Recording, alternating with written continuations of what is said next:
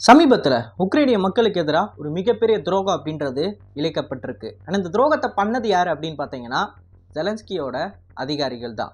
And இந்த துரோகத்தை வெளியே கொண்டு வந்தது பிபிசி அப்படின்னு சொல்லக்கூடிய மேற்கு நாடோட ஒரு மீடியா அவுட்லெட். இந்த துரோகத்தை பற்றி சொல்கிறவர் யார் அப்படின்னு பார்த்தீங்கன்னா அது உக்ரைனோட ஒரு இராணுவ வீரர்.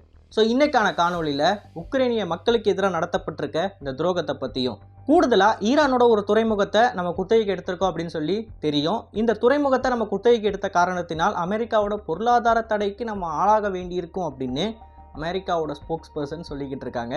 ஸோ இது ரெண்டுத்தை பற்றி தான் தெளிவாக பார்க்க போகிறோம். நான் உங்கள் ஆகாஷ். இது தமிழ் பொக்கிஷம் வழங்கும் டிபி டிஃபென்ஸ். முதல் விஷயம், உக்ரைனிய மக்களுக்கு இழைக்கப்பட்டிருக்க துரோகத்தை பற்றி நம்ம பார்க்கலாம். உக்ரைன் அப்படின்னு சொல்லக்கூடிய இந்த கண்ட்ரியில் கரப்ஷன் அதிகமாக இருக்குது அப்படின்னு சொல்லி நம்மளாம் நிறைய பேருக்கு தெரியும்.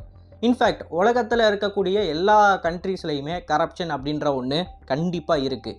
நெட்ஃப்ளிக்ஸில் தி கொரியர் அப்படின்னு சொல்லக்கூடிய ஒரு படத்தை நீங்கள் பார்த்தீங்க அப்படின்னா ஈஸ்டர்ன் யூரோப்பில் இருக்கக்கூடிய பால்கன் ஸ்டேட்ஸாக இருக்கட்டும், ஸ்பெயின், இட்டலி மாதிரியான கண்ட்ரீஸாக இருக்கட்டும், இந்த நாடுகளில் இருக்கக்கூடிய கரப்ஷனை பற்றி தெளிவாக ஒரு ரியல் லைஃப் ஸ்டோரியின் மூலமாக ஒரு மூவி எடுத்திருப்பாங்க. அந்த மூவியில் நீங்கள் ஒரு விஷயத்தை தெளிவாக நோட் பண்ண முடியும். அதாவது எவ்வளோ பெரிய டெவலப்டு கண்ட்ரியாக இருந்தாலும் அந்த கண்ட்ரியிலையும் கரப்ஷனுன்றது இருக்குது. அண்ட் இந்த கொரியர் அப்படின்ற படத்தில் கிட்டத்தட்ட 15 பில்லியனை ஊழல் பண்ணியிருப்பாங்க. ஸோ ஒவ்வொரு கண்ட்ரியும் அந்த நாட்டோட பணத்துக்கு ஏற்ற மாதிரியான ஊழலை செஞ்சுக்கிட்டு தான் இருக்காங்க. நம்ம ஊரில் 500 1000 கோடி அப்படின்னா இந்த ஊரில் 1 லட்சம் கோடி 2 லட்சம் கோடி அப்படின்னு சொல்லி அமைக்கிட்டு தான் இருக்காங்க. அப்படிப்பட்ட சூழ்நிலையில் கரப்ஷனுன்றது மனிதர்கள் அப்படின்னு சொல்லக்கூடிய நம்மளுக்குள்ளே ஊறி போன ஒரு விஷயம். இன்ஃபேக்ட் ஹியூமன் பீயிங்ஸ் தான் உலகத்திலே இருக்கிறதே ரொம்ப டேஞ்சரஸான ஒரு அனிமல் அப்படின்னு கூட சொல்லலாம். இந்த இடத்துல தான் நம்ம ஒரு விஷயத்தை கவனமாக நோட் பண்ணணும். கரப்ஷனுன்றது எந்த பர்சன்டேஜில் இருக்குது அப்படின்றது தான் இங்கே முக்கியம். கரப்ஷன் வந்து 0% நீங்கள் கொண்டு வரவே முடியாது. அப்படி நீங்கள் கொண்டு வரணும்னு நினச்சிங்கன்னா உங்கள் கண்ட்ரி வந்து ரொம்ப சின்ன கண்ட்ரியாக இருக்கணும். அப்படி வேணும்னா பாசிபிளாக இருக்குமே தவிர ஒரு மிகப்பெரிய கண்ட்ரியாக இருக்கீங்கன்றப்ப உங்களால் கரப்ஷனை 0% கீழே கொண்டு வர முடியாது. ஸோ யூரோப்பியன் யூனியனுக்குள்ளே நீங்கள் ஒரு கண்ட்ரியாக மெம்பர் ஆகணும்னா இத்தனை பர்சன்டேஜ் தான் உங்களுக்கு கரப்ஷன் இருக்கணும் அப்படின்னு சொல்லி ஒரு த்ரெஷ்ஹோல்டு இருக்குது. இந்த த்ரெஷ்ஹோல்டை மீறுற யாராலையுமே ஐரோப்பிய ஒன்றியத்துக்குள்ளே சேர முடியாது. அதனால தான் உக்ரைனால் ஐரோப்பிய ஒன்றியத்துக்குள்ளே சேர முடியாமல் இருந்துச்சு.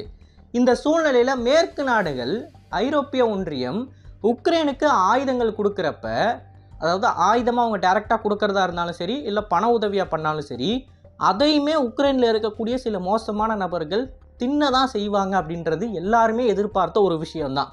ஈவன் அமெரிக்காவுக்குமே தெரியும் ஒரு கணிசமான அளவுக்கு உக்ரைனில் இருக்கக்கூடிய சில அதிகாரிகள் இந்த பணத்தையோ இந்த ஆயுதத்தையோ ஊழலுக்கு பயன்படுத்துவாங்க அப்படின்னு. ஆனால் அது எந்த அளவுக்கு அப்படின்றது தான் இங்கே ரொம்ப முக்கியமாக இருந்துச்சு. சின்ன சின்ன அளவில் அவங்க ஊழல் பண்ணிட்டு போகிறது இவங்களுக்கு ஒரு பிரச்சனையாக இல்லை. ஆனால் சமீபத்தில் நடந்த கார்கிவோட ஊழல் தான் மிகப்பெரிய ப்ராப்ளமாக இருக்குது. ஏன் அப்படின்னு கேட்டிங்கன்னா, கார்கிவ் அப்படின்னு சொல்லக்கூடிய இந்த பகுதியை கடந்த வருஷம் செப்டம்பர் மாதம் உக்ரைனியர்கள் ரஷ்யா கிட்டேருந்து திருப்பி கைப்பற்றுறாங்க. இவங்க கார்கிவை திருப்பி மீட்டெடுத்த உடனேயே மேற்கு நாடுகள் ஒரு மிகப்பெரிய வார்னிங்கை கொடுத்தாங்க. கண்டிப்பாக ரஷ்யா இந்த இடத்துக்கு திருப்பி வருவாங்க, இந்த இடத்த பிடிக்கணும்னு நினைப்பாங்க. அதனால் ஒரு மிகப்பெரிய தொகையை உங்களுக்கு கொடுக்குறோம், இதை வச்சு இதோட பார்டர் சிட்டி எல்லாத்தையுமே ப்ரொடெக்ட் பண்ணுங்கள், மைன்ஸை லே பண்ணுங்கள், டிஃபென்சிவ் பொசிஷனை உருவாக்குங்க, ட்ரென்ச்சஸை தோண்டுங்க அப்படின்னு சொல்லி ஒரு பெரிய தொகை ஒன்று உக்ரைனிய அரசாங்கத்துக்கு கொடுக்கப்பட்டிருக்கு. அண்ட் அது மட்டும் இல்லாமல் கடந்த சில மாதங்களுக்கு முன்னாடி ஜெலன்ஸ்கி அவர்கள் நேரடியாகவே கார்கிவுக்கு போய் டிஃபென்சிவ் லைன்லாம் பக்காவாக இருக்குது, ரஷ்யர்களால் உள்ளே வர முடியாது அப்படின்னு அவரே ஒரு பர்சனல் ஸ்டேட்மெண்ட்டை கொடுத்துருக்காரு.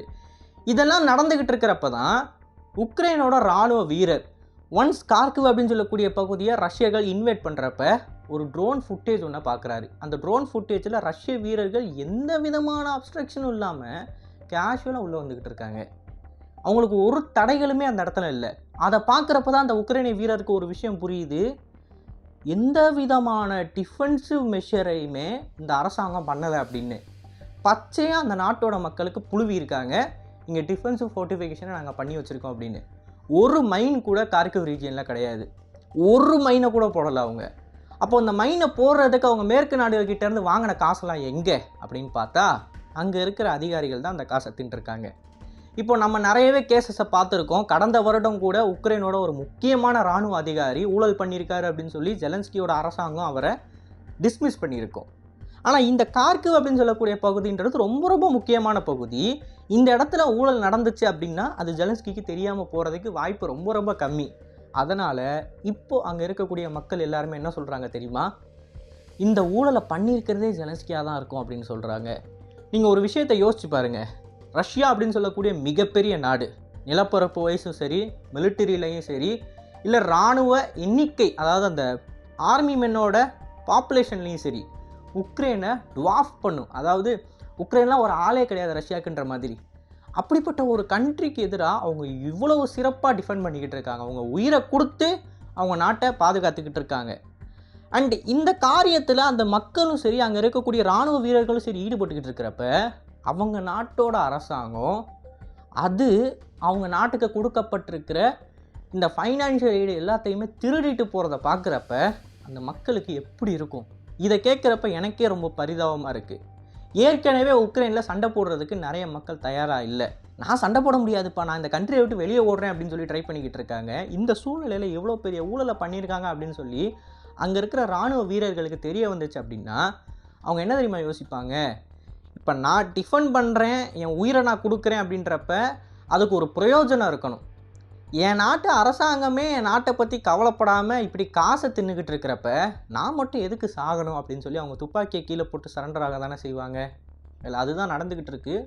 கார்கிவில் இருக்கக்கூடிய நிறையவே சோல்ஜர்ஸ் சரண்டர் ஆகிக்கிட்டு இருக்காங்க. இந்த தருணத்தில் நம்ம ஒரு விஷயத்தை கண்டிப்பாக நோட் பண்ணி ஆகணும். கார்கிவ் அப்படின்னு சொல்லக்கூடிய பகுதியை இன்வைட் பண்ண போகிறாங்க அப்படின்னு உக்ரைனிய இராணுவ அதிகாரிகளுக்கு ரொம்ப நாட்களுக்கு முன்னாடியே தெரியும். இப்போ இருக்கக்கூடிய சேட்டலைட் தொழில்நுட்பங்கள் எல்லாத்தையுமே வச்சு நீங்கள் சர்ப்ரைஸாக ஒரு அட்டாக்கை பண்ணிடவே முடியாது. ஒரு ஆர்மர்டு காலமை தயார்படுத்தி நீங்கள் ஒரு கண்ட்ரியை இன்வைட் பண்ண போகிறீங்க அப்படின்னா அது கண்டிப்பாக அந்த கண்ட்ரிக்கு தெரிய வந்துடும், எப்படியாச்சும் தெரிய வந்துடும்.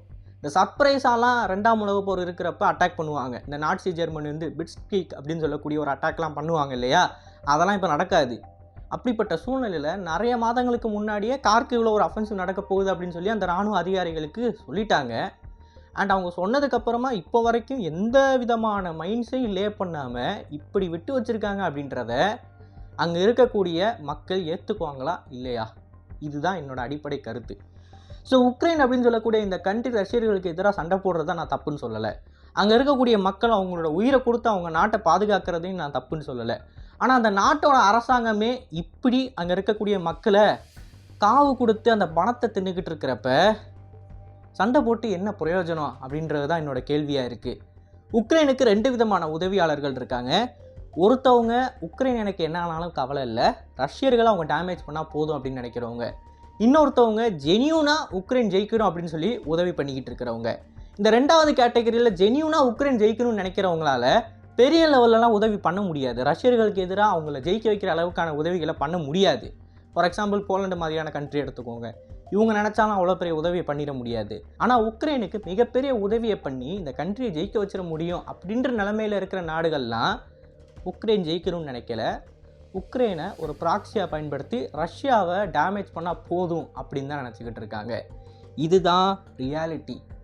இந்த ரியாலிட்டிக்குள்ளே உக்ரைனிய மக்கள் சீக்கிரம் வந்துட்டாங்க அப்படின்னா இந்த போர் ரொம்ப சீக்கிரமாக முடிஞ்சிடும். ஸோ இந்த ஒரு சம்பவம் மட்டுமே நேஃபோ பாட்டுக்கு ஒரு விஷயத்தை தெளிவாக உணர்த்தும், ஏன் உக்ரைன் சண்டை போடக்கூடாது அப்படின்றதுக்கு.